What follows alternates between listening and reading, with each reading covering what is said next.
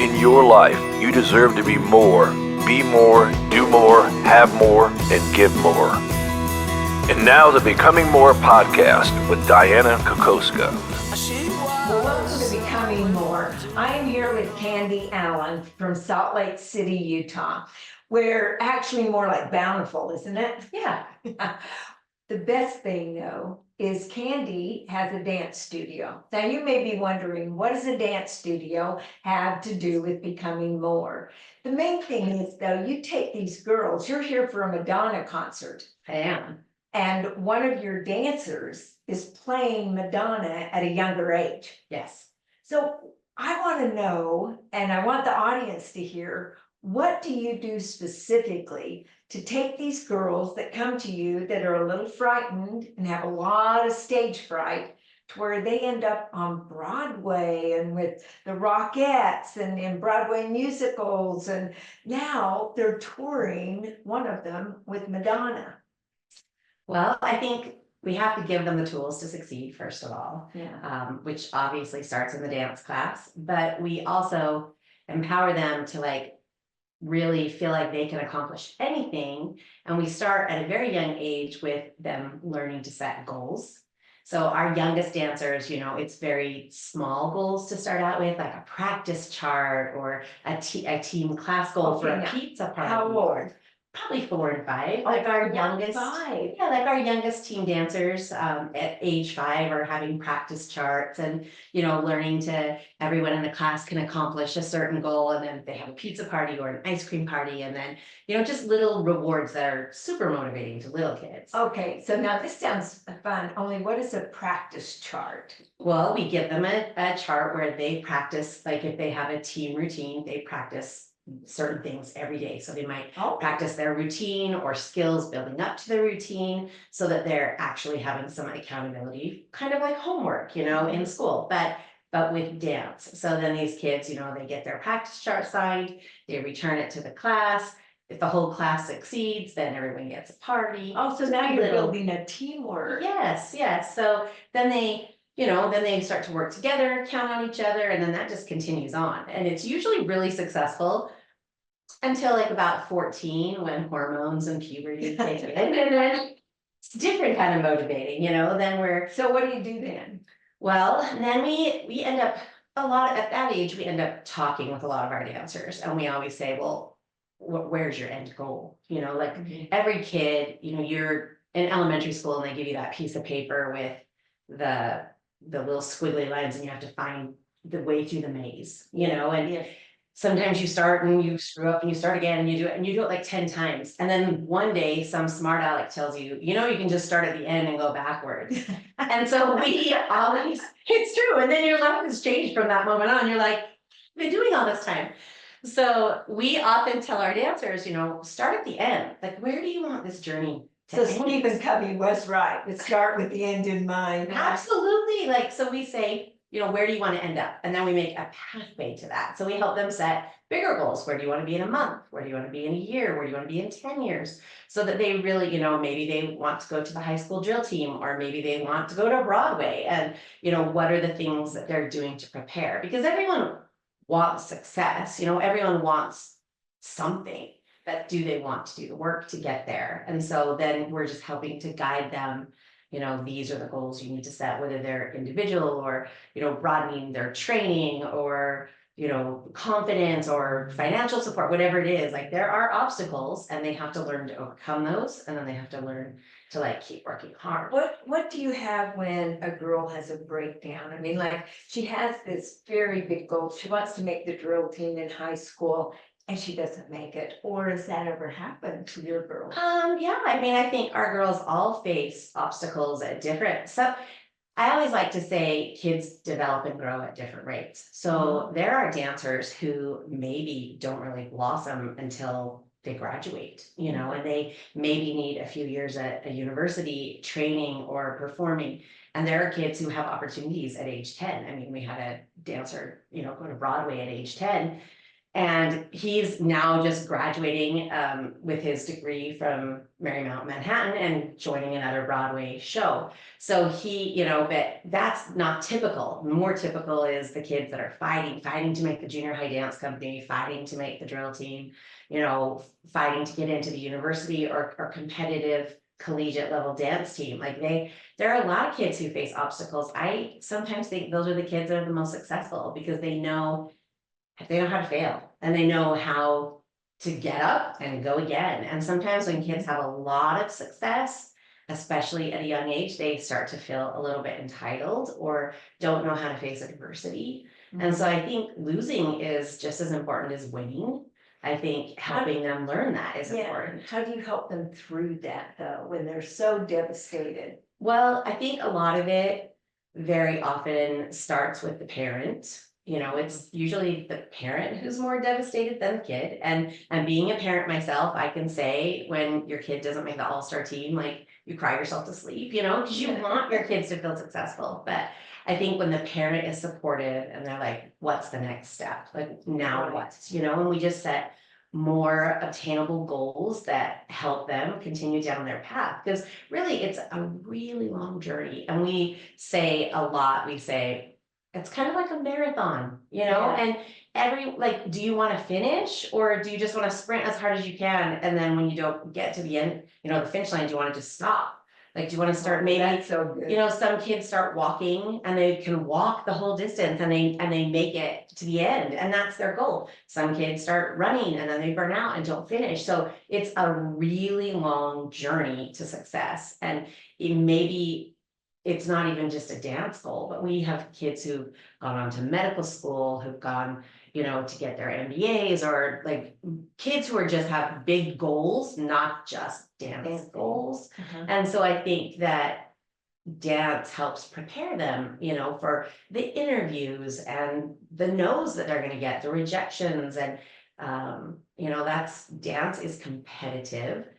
But if you're not continually pushing and working to be more, working to be better, continually training, educating yourself, like you aren't going to have success. Well, we were talking about the lady that's here, right? Playing Madonna at a young age, and you were just down to practice with her and to go through all the dance routines that Madonna does. Oh yeah, we had such a good visit by going through, hearing all of the information, the fun tour. They're wrapping up their tour. It's been a long year. Yeah. Well, how long has she been in dance with you? So she started at age 4 and she's 30 now. So she, danced through high school and then went to the university and got her degree and has, done Broadway shows. Now this is her first big tour. And she's, just gonna finish this and go on to her next thing. But she knew from a young age, she was very driven and she had a supportive family and knew, what she wanted. And she works very hard. She gets up every day and, conditions her body, her mental health, her, physical health, her emotional health. She said it was so fabulous to be able to just sit and talk because it is very draining to be on your own, alone, traveling all the time. She was excited to just get back to New York in her apartment and, but I had her for 14 years at the studio and she's, a special dancer, but also a very driven and disciplined dancer. So the discipline is very important. Absolutely. How much did the dancer have to put in as far as time-wise when you said these little practice charts? Well, I mean, when kids start dance, you're taking an hour class a week or an hour and a half a week, and that they get up there. Some kids like high school and junior high kids who are training like 20 hours a week. There are a lot of kids. We don't have a lot of kids at our studio who are homeschooled, but there are dancers across the nation that are homeschooled to be able to train, to really refine their craft. I mean, there are lots of ways to find success in dance, just similar to any other profession. There are so many different opportunities and you can become a teacher, you can become a performer, you can go to Broadway, you can go to LA, you can become a choreographer, you could teach in a public school system. There's a lot of opportunities if dance is your passion. But I feel like that the things that they're learning in dance like the discipline, the hard work, the teamwork, the commitment, how to show up prepared in the right attire at the right time, like those things that they're learning, they go into any area of life. Yeah, and the opportunities that present themselves. I know being a dancer myself in an earlier age, right? Yes. It was so much fun because you were exposed to things that you generally don't get. And I want to bring this back to business though, because it's that persistence. I heard the persistence, I heard discipline, I heard goal setting, I heard being able to hear no and to be lot. rejected and Yeah. to push through. Absolutely. And when you go for an audition, you're up against a lot of people. And if Absolutely. you've watched the movies, then you already know it shows various things like, I Right. mean, John Travolta, for example, Right. he was auditioning for his part, right? And they had all those dancers, Right. and they would go, you out. It's Okay. very much like that. Yeah. Yes, so that is the way that it's It's, done. oh yes, it's very much like that. But then it becomes also, the dance world is very much who you know, and networking and building relationships with people. Absolutely. And that's exactly how dance is. And some kids are like, I want to make it on my own. But you are making it on your own. You're just reaching out to people that that have worked with you, and you build a relationship. And the next job that my dancer is moving to was from, she was reached out, and a stage manager from a prior job had recommended her. And she said, I'm going to do this job when I'm back in New York. Like I fly back and I start the next day because of a prior relationship, She was working with a stage manager. in a prior show that she did. And now they're, working on a new. And so production. Madonna just said, I need somebody. What happened? Oh, well, the situation with Madonna, a choreographer that we had worked with many years ago, and had come in and worked with this dancer of ours. She saw her in a Broadway show. The Broadway show closed. Madonna, just needed someone, and this choreographer's like, I know the person, and pulled up her Instagram and she said, bring her up, and she brought her up and auditioned her, and that's where it started. So, but it, it was through someone that she had met through the dance community, and it's sort of life. I mean, every person you meet, even if it's a no or a rejection or not a positive experience, it guides you in a direction that really helps you find where you're going, Isn't it true? Every opportunity that we have is generally because of a relationship. Every failure that we find is generally due to a relationship. Absolutely. Every win and success is due to a relationship. Absolutely. And I think when they're young, when they're 4 years old, and you start talking relationship, you start talking teamwork, you start talking about goals and how no one succeeds alone, you're literally helping to train their brain to a different way of thinking than most 4-year-olds. Absolutely. I think it's, it takes a while for them to hear it, but it's true, like relying on each other and the teamwork, and even working hard to go to the competition and then maybe not winning, helps them just learn. Like, we go back to the studio, we start again, and we work harder, and we try again, and it's okay. Like, I think the biggest thing is it's okay to fail. We all fail. No one's perfect. That's why we're here. So you're in Broadway. You told me in New York, you go back there for quite a few days when you go to these competitions. Absolutely. What happens? Are there numerous teams? Oh yeah, there are teams from all over the country and even internationally. They're we get kids from Costa Rica and sometimes Europe. Like, there are kids, dancers from all over, thousands of dancers. And the crazy thing is, this is, we attend one national competition, and there's multiple national competitions, across the US. And it So brings about in, how many teams will you be up against? oh, there's thousands. Oh, thousands, depending.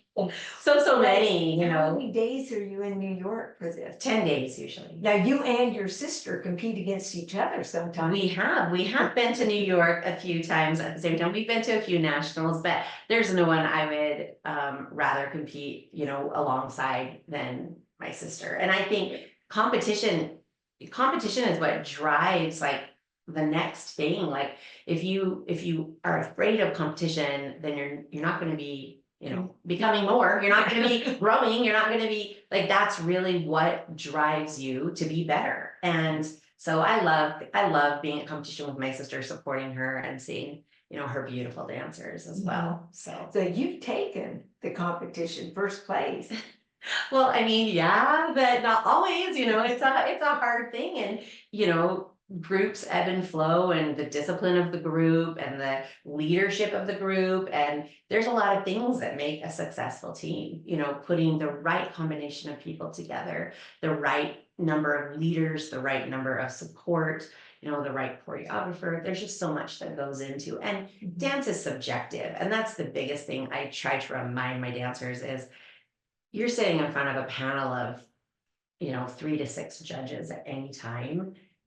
On any day, they might like something different. It's not like swimming where, the gun goes off, you're the first one to the finish line. Like, it's not track, it's not swimming, it's not, basketball. It's subjective, it's art, it's what someone created and what moves you, and so it's a little harder. And you don't know that judge sitting in front of you. I remember that. Yeah. So you just do your best. And the biggest thing we try to like remind the dancers is, how did you feel when you came off the stage? Did you give everything you had? Did you do your best? Then you succeeded. Yes, because that's absolutely, you go as prepared as you can be. You do all the things you can do to be the best you can be.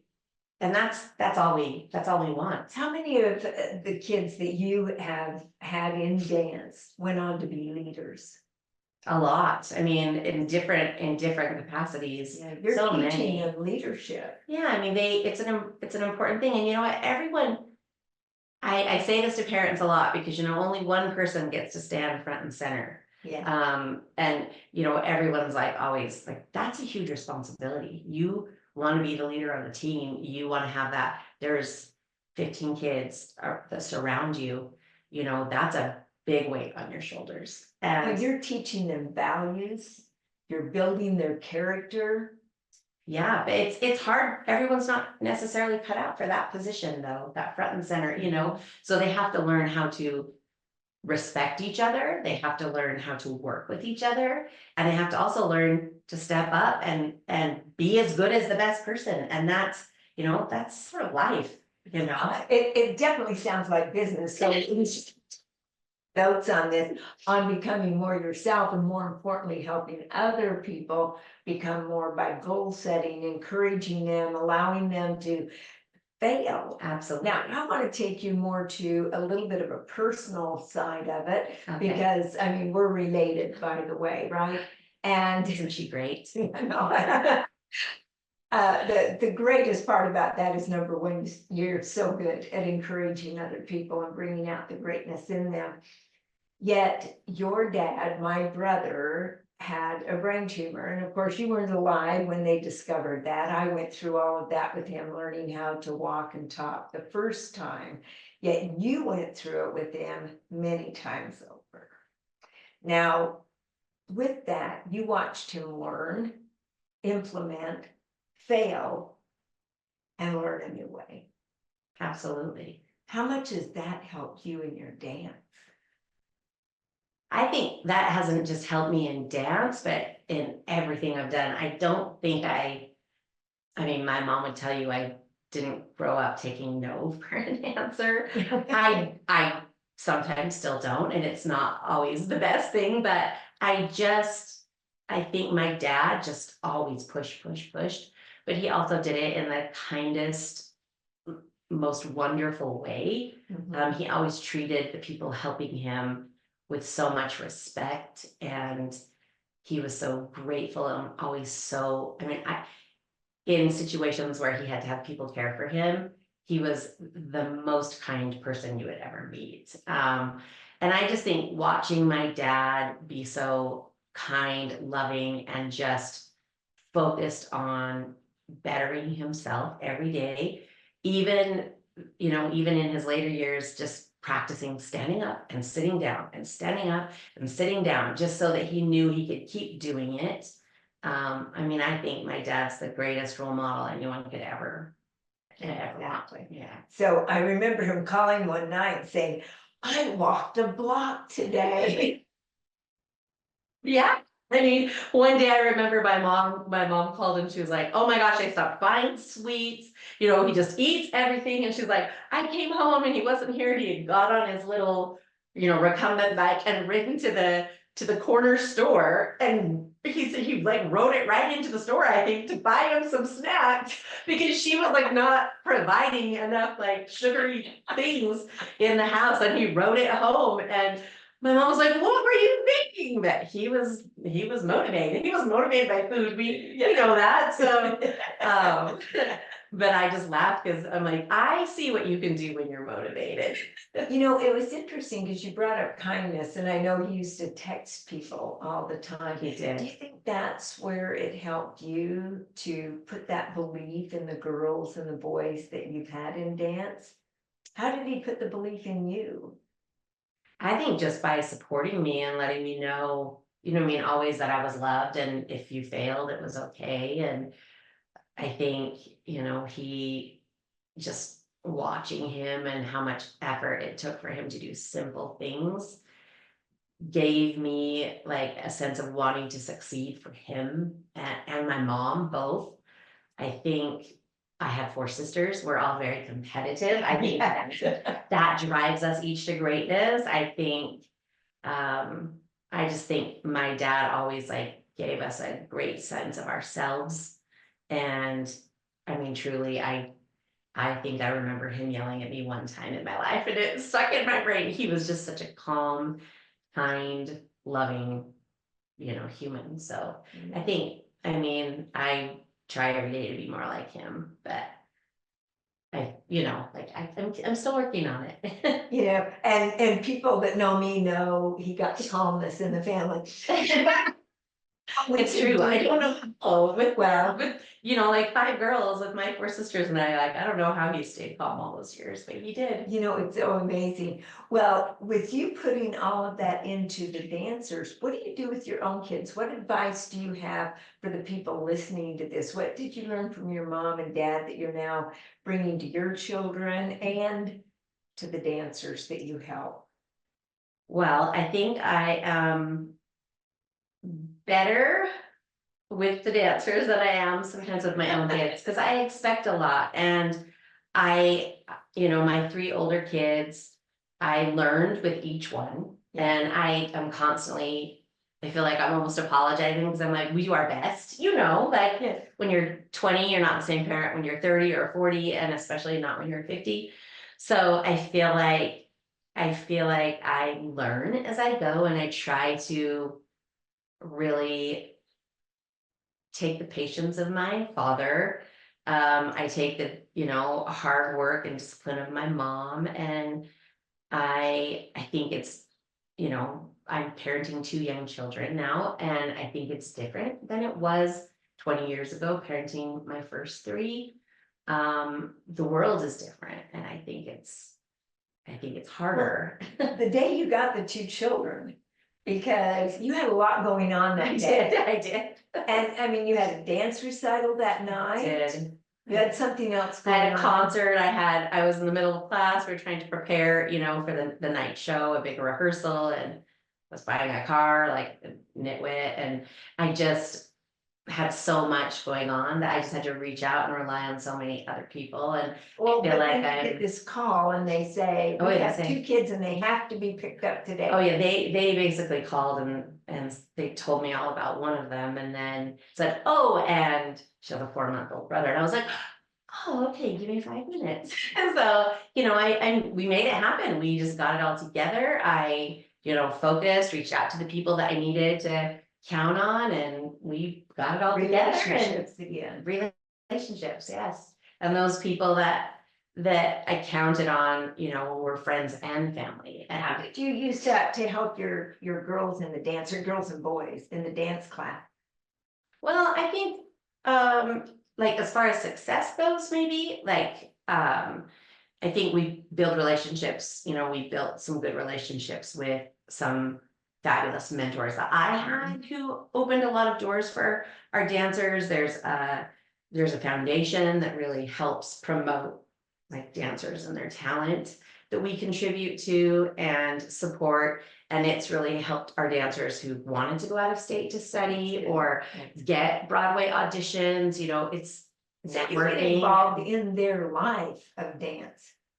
Do you get involved when they want to go on to college or Yeah, anything? or- we try to help them, you know, help facilitate like their college dreams or their auditions, preparing them in ways we can.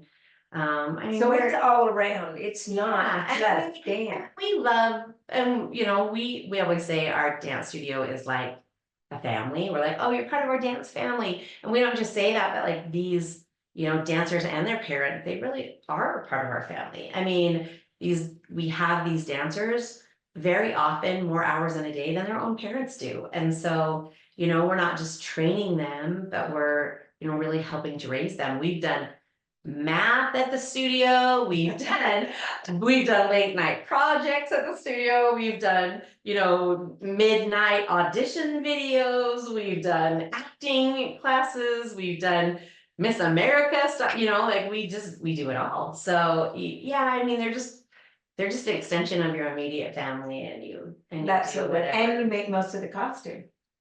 Yeah, and that's a big part of it. There's so much to You it, you know. personally, you, your mom, your sister. Yeah, I mean, we work through, you learn a lot of skills. It takes a lot of teaching dance isn't just teaching dance, you know, when you're running a program, you're dealing with business, you're dealing with, you know, bookings, you're dealing with costuming, I mean, there's so much, you know. You're drawing out stage maps when you're given a performance venue, you know, if we perform at Disneyland, you're given the dimensions of the stage and you're doing the math and taping it out on the floor. And you know, there's just, I always say to the kids, math is the biggest thing. You need to be good at math because all the spacing, all the permissions, all, you know, everything. So budgeting and So they're learning business as they're going along. You don't just say, there's the X, stand on it. They have to help. they have to understand spatial recognition and, you know, a lot of times partnerships and, you know, working in their space or working with another person. So there's lots that they're learning. Well, what you've helped me with is planning, execution, learning, implementing, goal setting. Man, there's so much that if you're in business, just listen to this and go, I need to do that more. Meeting with the people individually, finding out what is their end, where do they want to go to, Right. by when do they want to get there, and then working mapping backwards. it. Yeah, absolutely. Mapping it out so that you know that, you know, you have to be reaching those goals because, you know, everyone wants to succeed, but how much work are you going to do? Well, I know when we were in New York, we were able to go to some of Kandee's, your students, and then Oh, yeah. Kandee's students as well, with the Rockettes and behind yeah. the stage. And one of the things I was very interested in was I did not know that the stages go like this. That there's a rise at the back and it comes down. Yeah, it's the raked stage. Yeah, and they're dancing on a slant. So you see the back dancers as well as you see the front. Yeah, that's something that, you know, used to be very popular because the audience was, you know, on a flat surface. And so they had a raked stage to give you like a better view. Now, you know, a lot of theaters obviously are more staged. The other way. So the stage is flat, but you get both. There are a lot who dance on a raked stage, and it is definitely a learning curve. Right, so even though they're good and excellent and hit this plateau, they still have to become Absolutely. every single day. Absolutely. And that's what life is about, is always becoming more. We trust that you've learned a lot from Kandee today and the things that she has done with her dancers. And just think about your own children, the people that you lead, for heaven's sakes, your team, and helping them set goals, find out where it is that they desire to be, and do everything you can to help them. After all, you never know who's going to be the next person to fill in for Madonna. Hey, you don't know. And just the fact that you came from Salt Lake to Austin, because this is her final show in the US. Yes. And you're once again there to support her. Yes. You're actually paying like $500 to be there tonight, so you have a great seat so she can see you. Absolutely. And you spent the afternoon with her, Yes. watching her rehearse and helping her once again. Thank you so much. You've helped us a bunch today. We really appreciate. Stay great tuned to for be the here. next Becoming More every Tuesday. Thank you. In your life, you deserve to be more, do more, have more, and give more. And now the Becoming More podcast with Dianna Kokoszka.